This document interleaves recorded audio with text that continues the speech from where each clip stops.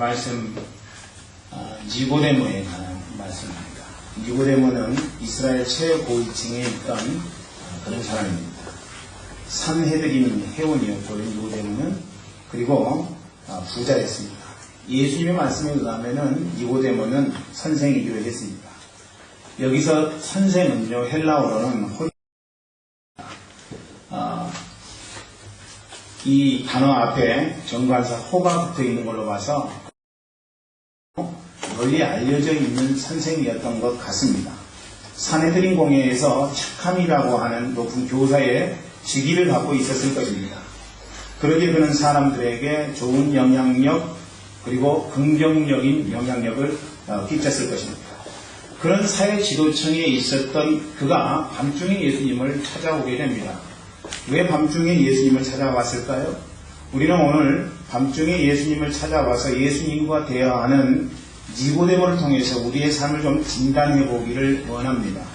첫째로 여러분 진단할 것은 뭐냐면은 니고데모가 남의 이목을 상당히 중요시 했다는 것입니다. 한마디로 하자면은 그는 소심함의 대명사였던 사람입니다.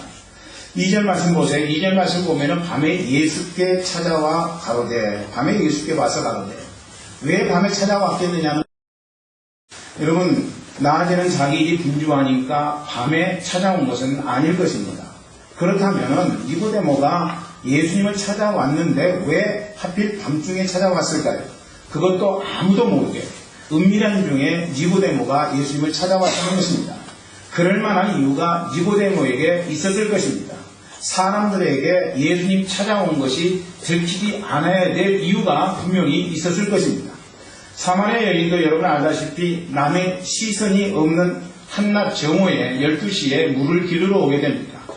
이스라엘의 12시는요 떼약빛이 내리쬐이는 너무나도 견딜 수 없는 도입니다. 그런데 대부분의 사람들이 이 12시에는 물을 기르러 오지 않는데 사마리아 여인만큼은 12시에 물을 기르러 왔다는 것입니다. 왜 그렇습니까? 사람들의 수군거리는 소리가 싫었을 것입니다. 자기를 향해서 무시하는 태도가 싫었을 것입니다. 여러분 알다시피 사마리아 여인에게는 남편 5이 있었지 않았습니까? 남편 5이 있었고 예수님이 하시는 말씀 속에는 지금 있는 남편도 진짜 네 남편이 아니다라고 말씀하신 것으로 봐서 창녀는 아니지만은 이 여인은 남편 달기를 밥 먹듯이 하는 그런 여인이었을 것입니다. 여러분 그렇기 때문에 사람들이 남편 5 있었던 그 여인을 향해서 얼마나 수군거리면서 얼마나 남 이야기하기 좋아하는 사람들이 그 여인에 대해서 이야기를 했습니다. 여러분 사마리아 여인이었기 때문에 사람들이 정당하게 대우하지 않은 것도 그녀에게 문제가 되었을 것입니다. 사람들이 자기를 왜 무시하는가 이런 마음이 마음속에서 일어나게 되면 견딜 수 없었던 것입니다. 그렇기 때문에 사람들의 시선, 사람들의 소리, 사람들의 무시하는 태도를 피해서 그는 12시에 떼약볕이 내려쬐이는 그 시간에 아무도 나와서 물을 기르러 오지 않은 그 시간에 물을 기르러 왔던 것입니다. 니고데모 또한 유대인의 강원이었다면 그럴 수 있다는 것입니다. 예수님과의 만남, 지금 예수님과의 만남을 갖고 있는데 여러분 그 만남을 종교 지도자와 상류층이 안다면 두고두고 문제의 소지가 될 확률이 높습니다. 그래서 여러분 니고데모는 사람들 모르게, 종교 지도자들 모르게 상류층에 있었던 사람들이 알아차리지 못하도록 밤중에 예수님을 찾아왔던 것입니다. 그러니까 여러 가지 소리가 날 수 있는 것들을 미연에 방지하고자 지금 니고데모는 한밤중에 예수님을 찾아온 거예요. 여러분 국무총리의 인선이 돼서 국무총리가 되고자 했지만은 청문회를 통해서 국무총리의 위치에서 떨어지는 그런 사람들도 있잖아요. 청문회가 되면은 모든 것이 다 드러납니다. 저 사람이 저런 사람이었는가. 겉으로 보기에는 정말 핸섬하고 매너 좋게 보이고 그리고 열심히 일할 것 같고 그래서 사람들에게 정말 숨기는 지도자로서 보이는 것 같았는데 뜯어놓고 보니까 그가 그런 사람이 아니었다는 것. 그래서 여러분 국무총리 인선 됐는데 낙마하지 않았습니까? 아마 여러분 정치인이라면 그런 사실이 두고두고 발목을 잡힐 것 같아서 여러분 조심스럽게 행동하지 않았겠는가 이런 생각을 갖습니다. 여러분, 사람들 중에는요, 니고데모 같이 너무 심하게 다른 사람을 의식하는 그런 사람들이 있을 수 있다는 것입니다. 쓸데없는 신경을 쓰지 않아도 되는데 온통 신경을 거기에 집중하더라는 것입니다. 다른 사람들 앞에 비치는 나, 여러분, 그것으로 인해서 자불안성입니다. 소심함에 적어도 다른 사람들 때문에 내 인생이 평안하지 아니하고 괴롭고 힘들고 스트레스 받고 어찌할 줄 모르는 상황 가운데 거하게 된다면은 그런 인생은 이 소심함이 주는 긍정적인 영향력이 있다고 할지라도 인생을 굉장히 힘들게 사는 것이고, 여러분, 그 인생의 현장 속에서 내일을 기대하기가 쉽지 않은 그런 삶을 살게 된다는 것입니다. 심리적으로 위축될 만큼 다른 사람들의 평가에 예민한 것은 어리석은 일이에요. 그래서 사랑하는 형제자매 여러분, 여러분들은 다른 사람들의 이야기에 너무 신경 쓰고 있지 않습니까? 다른 사람들이 지나가는 한마디로 한마디 한 것 그것 때문에 여러분 어찌할 줄 모르고 심한 고통과 아픔 속에서 괴로워하고 있지는 않는가요? 니고데모는 그런 종류의 사람이었다고 하는 것입니다.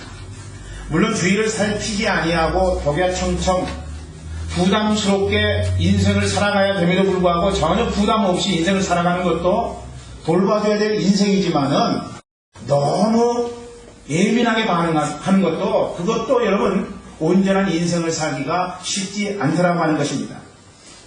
여러분, 그런데요, 우리가 알아야 될 것은 정작 다른 사람들은 나에게 그렇게 관심이 없다는 것을 여러분이 아셔야 되는 것입니다. 다른 사람들은 나에게 그렇게 관심 없어요, 여러분. 내가 그렇게 신경 쓰는 만큼, 내가 고통스러워하는 만큼 다른 사람들은 나를 의식하지 않고 산다는 것입니다. 여성분들 중에는요, 고개를 못 들고 그리고 인사를 제대로 하지 못하는 경우가 종종 있습니다. 왜 그래요? 왜 그렇다고 생각하십니까? 여성분들 중에 그런 분들이 있다는 것이죠. 대부분의 그런 사람들은요, 아침에 머리를 감고 오지 않았기 때문이라고 말을 합니다. 아침에 머리를 감지 않았어요. 여러분, 사람이 그 사람 아침에 머리를 감았는지 안 감았는지 어떻게 합니까? 물론 여러분 떡이 되면은 알겠죠. 떡이 되면 아는데 대부분의 사람들이 그거 잘 몰라요. 머리 감았는지 안 감았는지 그걸 어떻게 분별합니까? 새벽 기도 끝나고 나면은 제가 이쪽 앞에서 우리 교인들하고 인사를 하는데, 여러분, 제가 그런 거 안 봅니다. 저하고 눈 마주치면서 인사하고 가시기를 원합니다. 예, 저 그런 거 안, 우리 집사람은 세수도 안 하고 오는데요, 아침에. 그런 거 안 봅니다. 그런 거 안 보는데, 이 사람들은 그런 게 많이 신경이 가는 모양이에요. 여러분, 혼자 사소한 일에 눌려서 괴로워하고 있는 그런 상황이 우리의 삶 가운데 얼마나 많은지 모릅니다. 혼자서 그렇게 평가하고 생각하는 것이죠. 또 여러분, 더운 여름에 나시 입어야 되는데 나시 입고 싶어도 입지 못하는 사람들이 있어요. 왜 그래요? 여성들이 좀 시원하게 옷을 입어야 되는데 나시 입지 못하는 사람들이 있다고요. 그런 사람들 80% 내지 90%는 왜 그러냐면요, 팔뚝이 두꺼워가지고 부끄러워서 나시를 못 입더라는 것이죠. 여러분, 사람이 얼마나 다른 사람들 팔뚝만 보고 다닙니까? 팔뚝 보지 않아요. 그런데 자기 자신 스스로 팔뚝이 나는 굵어서 나시를 입기가 어려워 이렇게 생각을 하는 거예요. 사실 다른 사람 팔뚝을 쳐다보는 경우는 별로 많지 않습니다. 누가 그렇게 팔뚝을 쳐다보겠어요? 괜히 보지도 않는 남의 눈을 의식하다가 팔뚝에 뭐만 생겨요? 땀띠만 생길 가능성이 많다는 것이죠. 글쎄 여러분, 땀띠 생기는 것보다 팔뚝 굵으면서도 나시 있는 것이 훨씬 낫다는 것이죠. 여러분, 그래서 우리가 이 땅에 살면서 너무 의식하면서 살면은요, 하나님의 영광이 내 인생 통해서 나타나지 않더라는 것입니다. 여러분, 우리가 하나님께 속했나 아니면 세상에 속했나 알 수 있는 방법이 있어요. 어떻게 알아요? 몰두하는 것을 보면 알아요. 우리가 무엇에 몰두하고 있는가, 지금 내가 신경 쓰는 거 무엇 때문에 신경 쓰고 있는가, 이걸 보면은 알 수 있다는 것입니다. 약간의 비판에 분노한다? 여러분, 그것은 하나님께 속한 거예요? 세상에 속한 거예요? 세상에 속한 것이라고요. 세상 사람들은 누가 조금이라도 나를 씹으면 견디지 못해요. 세상에 속한 것입니다. 그러나 하나님에 속한 사람들은 누가 나에게 그런 비판을 한다고 할지라도 하나님 바라보면서 극복하고 승리할 수 있게 된다는 것입니다. 약간의 거절이 나를 우울하게 한다? 하나님께 속한 거예요? 세상에 속한 거예요? 여러분, 우리가 인생 살아가려고 하면 우울한 것들이 얼마나 많이 있어요. 우울한 것들이 굉장히 많이 있습니다. 내 아내가 나를 우울하게 만들고 내 남편이 나를 우울하게 만들지요. 믿었던 그 자녀가 나를 우울하게 만들어요. 여러분, 그렇지 않습니까? 날마다 아들들하고 전쟁하는 우리 자매님들, 집사님, 여자 집사님들 우울하잖아요. 자녀들하고 싸우게 되면, 아들하고 싸우게 되면은 마음이 참 더럽잖아요. 그렇지 않습니까, 여러분? 우울해져요. 그런데 여러분, 하나님께 속한 사람들은요, 어떤 경우에도 우울하지 않는 거예요. 우울의 요소들이 우리의 삶 가운데, 우리의 인생 가운데 많이 다가올 수 있습니다. 이웃이 나를 우울하게 만들어요. 교회가 나를 우울하게 만들 수도 있습니다. 여러분, 그렇습니다. 완전한 사람들이 교회에 모이는 것이 아니고 불완전한 사람들이 모여서 하나님의 은혜를 통해서 날마다 성장해 가는 것이기 때문에 교회 안에서 여러분 우울함이 생길 수 있어요. 그 사람 때문에, 그렇게 이야기하는 사람 때문에 우울함이 생길 수 있다는 것입니다. 그런데 그때 우리가 해야 될 작업은 뭐예요? 하나님 바라보는 거예요. 하나님 바라보는 인생은 우울함이 밀려왔다가도 다시 나가게 된다는 사실입니다. 그런데 여러분, 세상에 속한 사람은 우울함이 있을 때 그 우울함을 곱씹고 또 곱씹는다는 거예요. 그렇게 되면은 사단이 우리를 미혹하게 되고 결국에는 여러분 우리가 떨어지게 되니까 오늘 우리가 가야 될 삶의 지경은 무엇이냐? 하나님께 속한 사람으로서 약간의 우울함이 와도 그것 때문에 낭망하는 삶을 살면은 안 된다는 것입니다. 약간의 칭찬에 여러분 기분이 고조되십니까? 그렇다면 하나님께 속한 사람 아니에요. 세상에 속한 사람입니다. 여러분, 이 세상 살면서 여러분이 약간의 성공을 하셨습니까? 그게 나를 막 흥분하게 만들어요? 그렇다면 여러분 하나님께 속한 사람이 아니고 세상에 속한 사람이 된다는 것입니다. 세상에 속한 사람은요, 조각배처럼 물결이 요동치는 대로 움직이게 되어 있습니다. 그러나 여러분 하나님께 속한 사람은요, 어떤 상황, 어떤 환경 속에서도 요동하지 아니하고 전능하신 주님 바라보면서 인생을 적극적으로 주님 안에서 긍정적으로 살아가게 되더라는 것입니다. 저는 우리 교회 성도들이요, 너무 소심하게 행동하지 않기를 주의 이름으로 축원합니다. 소심해서는 안 돼요. 소심하게 살지 마십시다. 그럼에도 내가 소심한 걸 어떡합니까? 그럼에도 이런 이야기를 함에도 불구하고 내 인생 현장의 현주소는요, 소심함이에요. 어떻게 해야 됩니까? 극복해야 돼요. 그렇다면 소심함을 극복하는 방법은 무엇일까요? 첫 번째로는요, 그럴 것이라고 하는 고정관념과 선입견, 확대 해석에서 여러분들이 탈피하기를 주의 이름으로 간절히 소망합니다. 여러분, 고정관념, 선입견, 확대 해석, 이런 것들을 우리의 삶 속에서 물리쳐야 된다는 것입니다. 사람들이 그럴 것이라고 하는 고정관념에서 벗어나세요. 아멘? 아멘. 여러분, 사람들은 그럴 수도 있고 그렇지 않을 수도 있다는 거예요. 어떤 때는 사람들이 내게 기쁨으로 다가오지만은 항상 기쁨으로 다가옵니까? 그렇지 않다는 것이죠. 어떤 때는 슬픔을 주는 경우도 있어요. 저 사람은 왜 그런지 하는 사람이요, 기다려보세요. 내 인생 가운데 효자되어서 은혜를 베풀 날이 옵니다. 아멘. 여러분, 그렇기 때문에 우리가 사람들의 반응에 대해서 그럴 것이라고 하는 생각을 가지면 안 된다는 것이죠. 상황이 그렇게 될 것이라는 선입견으로부터 여러분 벗어나세요. 아멘. 그런 선입견으로부터 벗어나야 된다는 것입니다. 저는 여러분들이 혼자 추리소설 쓰는 거 지양하기를 원합니다. 소설 쓰지 마세요. 다른 사람들, 다른 환경은 모두 다 그대로 있는데 혼자 기분과 감정에 따라서 왔다 갔다 하는 그런 삶을 살면 안 된다는 것이죠. 여러분, 그런 삶에서 우리가 벗어나야 돼요. 침소분개하지 마세요. 여러분, 작은 것 하나를 너무 크게 보지 마세요. 그렇게 되면 안 된다는 것이죠. 부풀리지 마세요.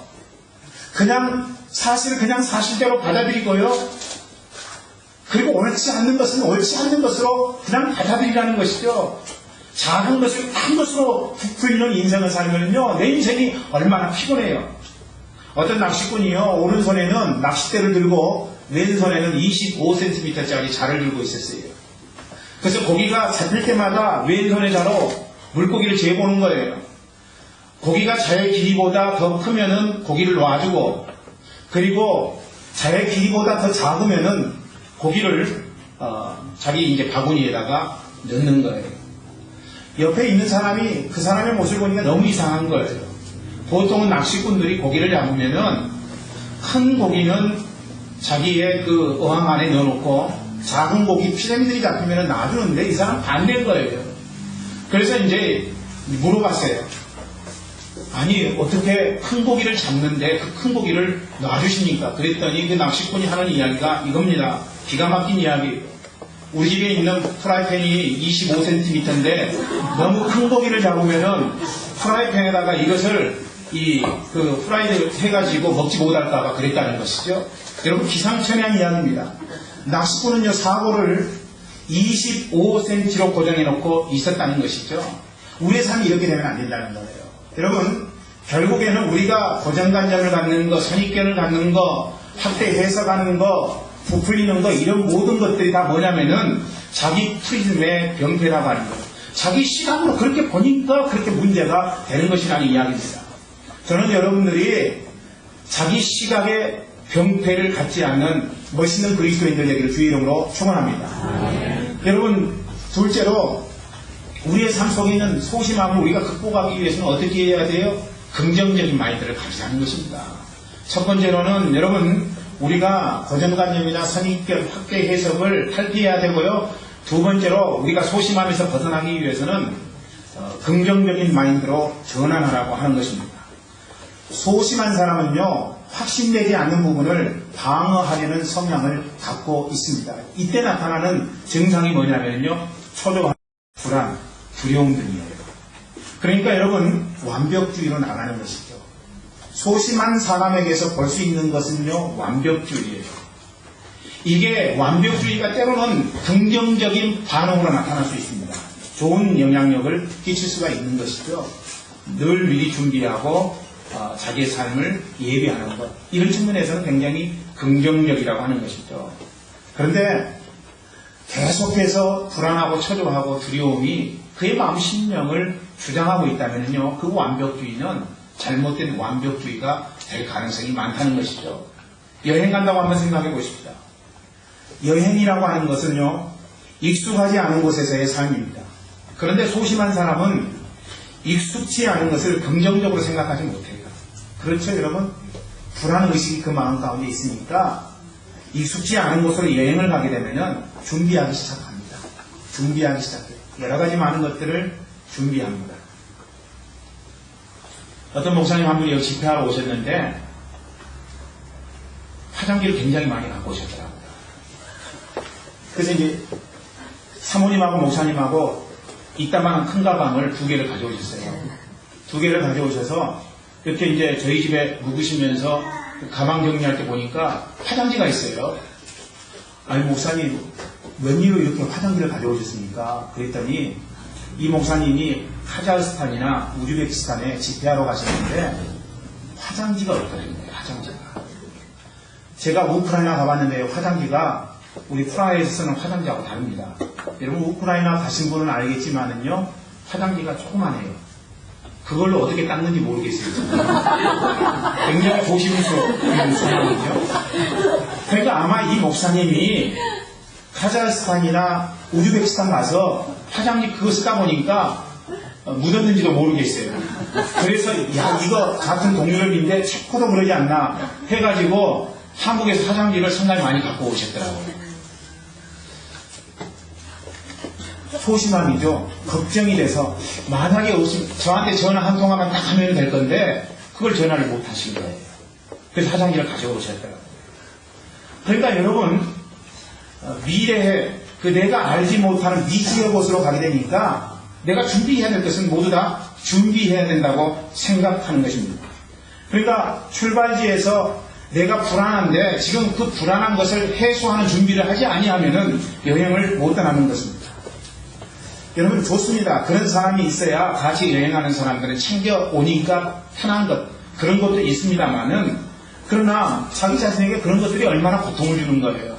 심지어는 다른 사람이 준비하지 않은 것에 대해서 자꾸 지적하고 문제를 이야기하니까 그리고 그것이 다른 사람에게 불편을 주는 경우도 있더라는 것입니다. 그렇다면 여러분, 우리는 마인드를 좀 바꿔야 될 필요성이 있습니다.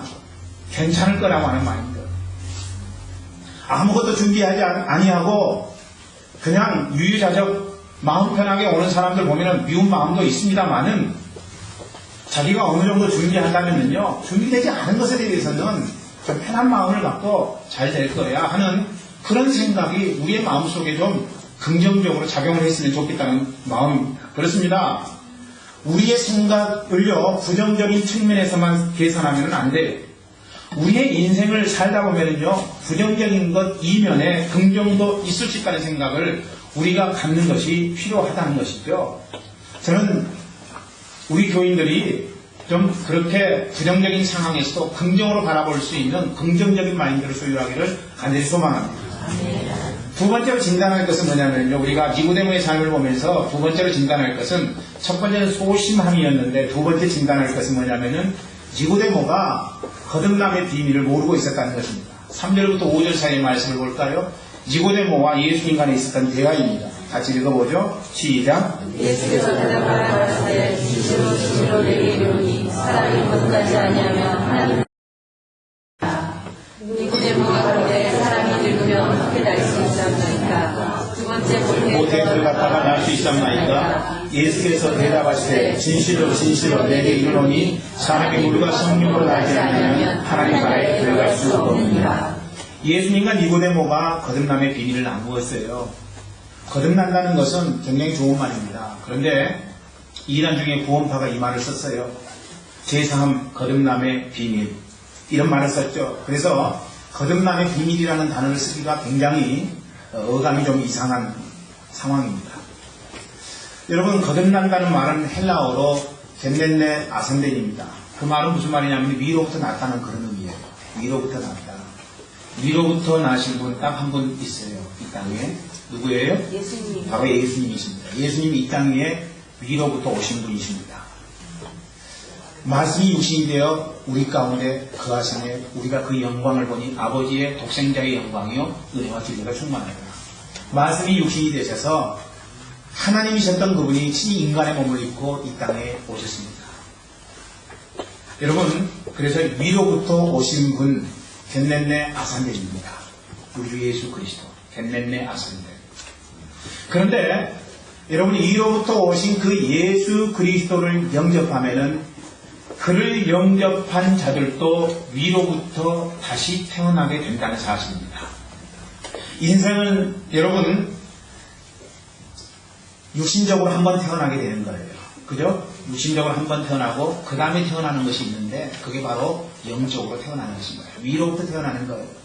그런데 이 땅에 한 번 육신적으로 태어난 사람은요, 그런 경험을 할 수가 없다는 것입니다. 어떻게 할 때 가능하냐? 예수 그리스도께서 나를 위해 죽으시고 부활하시고 내 인생의 주인이 되신다는 사실을 마음 가운데 믿음으로 고백하게 되면은 그런 인생은 위로부터 다시 태어나게 되는 체험을 하게 된다는 것입니다. 여러분, 그게 바로 본어게인이고 그게 거듭남이고 그게 바로 구원을 받은 하나님의 백성이 된다는 의미가 되는 것입니다. 그런데 위로부터 태어나신 분, 위로부터 오신 분, 예수 그리스도를 앞에 놓고도 니고데모는 거듭남이 무엇인지를 전혀 알지 못했습니다. 그러니까 재미있는 일은요, 위로부터 오신 분, 그 예수 그리스도를 앞에 두고 거듭남을 체험하지 못했다는 것은 아이러니 중에 아이러니가 된다는 것이죠. 니고데모는 여러분 거듭남의 체험이 없었습니다. 그렇기 때문에 엉뚱한 질문을 하잖아요. 거듭난다면 어머니 뱃속으로 다시 들어갔다가 나오는 것을 의미하는 것입니까? 생각해보면 예수님이 이야기했던 바가 그런 의미가 아니라는 것을 알 수 있는데 굉장히 단순 무식하게 반응하죠. 어머니 뱃속으로 다시 들어갔다가 나오는 것이 거듭남입니까? 여러분, 간단히 생각해보면 그런 일이 아니라는 것을 알 수 있는데 니고데모가 얼척없는 그런 이야기를 한 거예요. 지금 전혀 생각할 수 없는 선생이었던 자, 지도자가 그런 이야기를 한 것이죠. 그것도 예수님을 앞에다 놓고 그런 이야기를 한 것입니다. 중국 내지 선교 개척자 허드슨 테일러 선교사님의 이야기입니다. 그가 중국에서 선교하고 있을 때 한 청년이 그에게 묻습니다. 신자가 되는 데는 몇 년이 걸립니까? 이렇게 물었어요. 여러분, 신자가 되는데 몇 년 걸려요?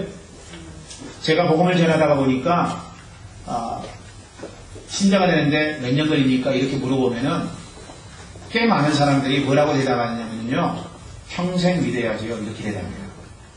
여러분, 맞습니까? 평생 신앙생활하고 예수 믿어야지요. 그래야지 우리가 신자 되는 거죠. 이렇게 제가 여러 번 이야기하니까 헷갈리기 시작하는 거예요. 그렇죠? 그렇게 이제 물어보는 그 청년 앞에 허드슨 테일러 선교사님이 이런 질문을 합니다. 램프의 심지에 얼마 동안 불을 붙여야 빛을 발합니까? 라고 물어봤더니 그 청년이 대답하기를, 그야 심지에 불이 붙는 순간부터 빛을 발하지요. 그 이야기를 들은 허드슨 테일러 선교사님이 박수를 치면서 그 청년의 손을 잡았어요. 그리고 나서 이야기를 합니다. 바로 그것이 하나님께서 나를 부르시고 구원하셨다는 것을 깨닫는 순간 새로운 삶이 되는 것이고, 새로운 삶이 되는 그 인생이야말로 그 영혼에서 빛이 타오르게. 할렐루야. 여러분, 맞습니다. 우리가 예수 그리스도를 단순하게 생각하지 아니하고 나를 위해서 죽으시고 부활하시고 내 인생의 주인이 되신다는 사실을 지금 이 순간 내 마음 심령 가운데 받아들인다면은 그 순간에 그는 새로운 인생이 되는 것이고, 하나님의 구원을 받기에 조금 더 부족함이 없는 하나님의 자녀가 된다고 하는 것입니다. 그래서 여러분, 내가 문 밖에 서서 두드리노니 누구니 내 음성을 듣고 문을 열면 내가 그에게로 들어가 그로 더불어 먹고 그는 나로 더불어 먹으리라. 오늘 이 순간 내 마음의 문을 두드리시는 예수님, 그 예수님 앞에 내 마음의 문을 열고, 주님 들어오시옵소서. 내가 당신을 나를 위해 죽으시고 부활하시고 내 인생의 주인 되시는 분으로 내가 믿습니다. 나와 동행해 주시옵소서. 이런 고백을 하는 자들이 위해는 하나님의 구원이 그 순간에 주어지게 된다는 사실입니다. 그렇습니다. 거듭남이라고 하는 것은요, 육신적인 관점에서 다시 태어나는 것이 아닙니다. 모든 사람들은 한 번 육신적으로 태어나지만은, 그러나 언제 어느 곳에서든 위로부터 나는 체험이 있을 수 있다는 거예요. 언제요? 바로 다른 거 아니에요.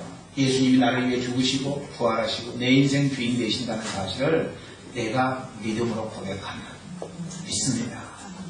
예수님이 그 일을 하신 것을 내가 마음 가운데 받아들입니다. 여러분, 그렇게 고백하셨다면요, 여러분은 이미 거듭난 인생을 살고 있는 하나님의 권속이요 하나님의 백성입니다. 믿습니까?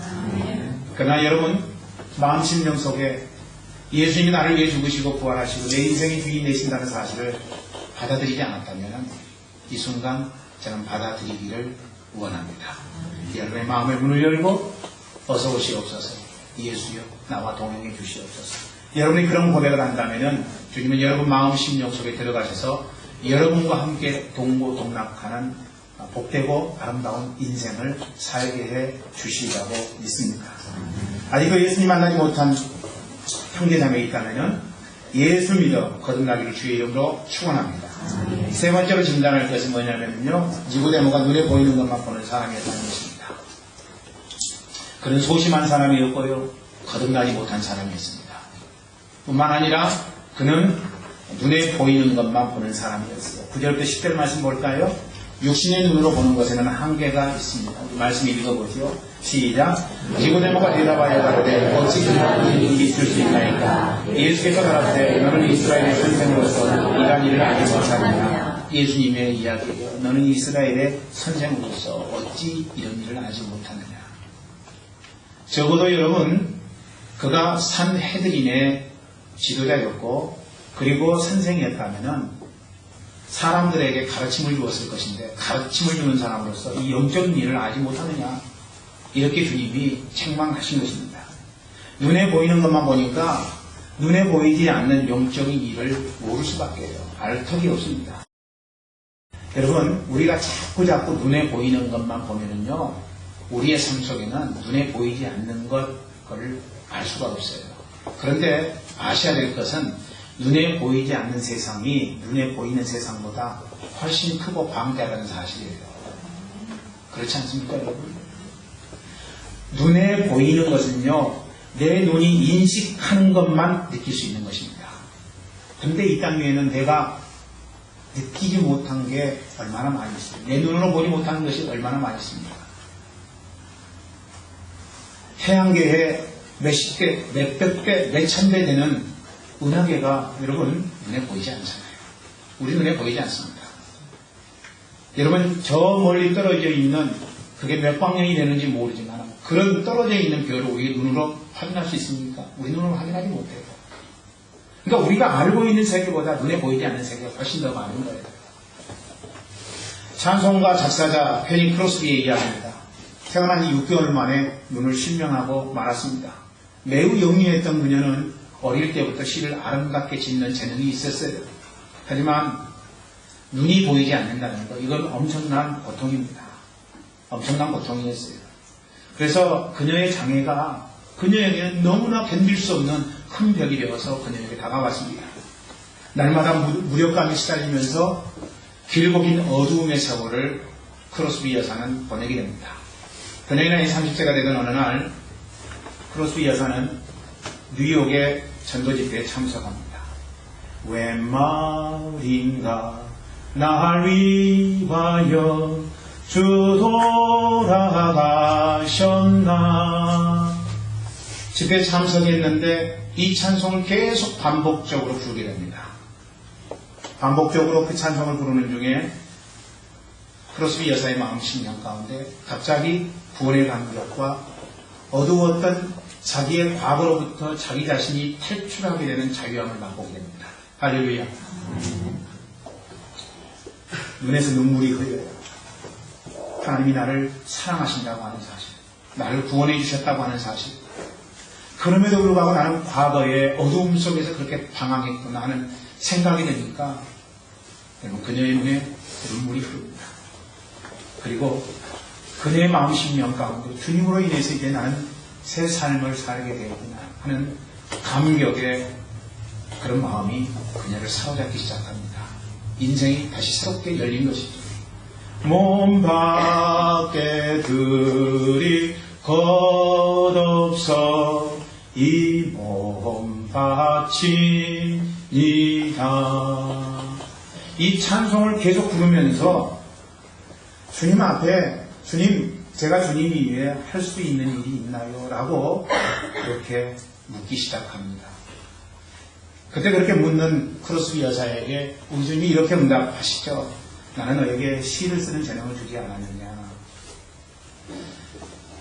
그때부터 그녀는 95세가 되기까지 8,000곡의 찬송시를 짓게 됩니다. 예수님을 만나서 영의 눈이 열리는 그 순간에 두 가지 일이 일어났던 거예요. 첫 번째는 구원이 일어났던 거예요.